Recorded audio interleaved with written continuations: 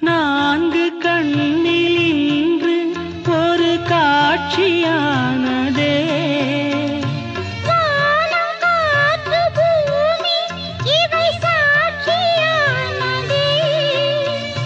நான் உன்னை பார்த்தது பூர்வ ஜன்ம பந்தம்.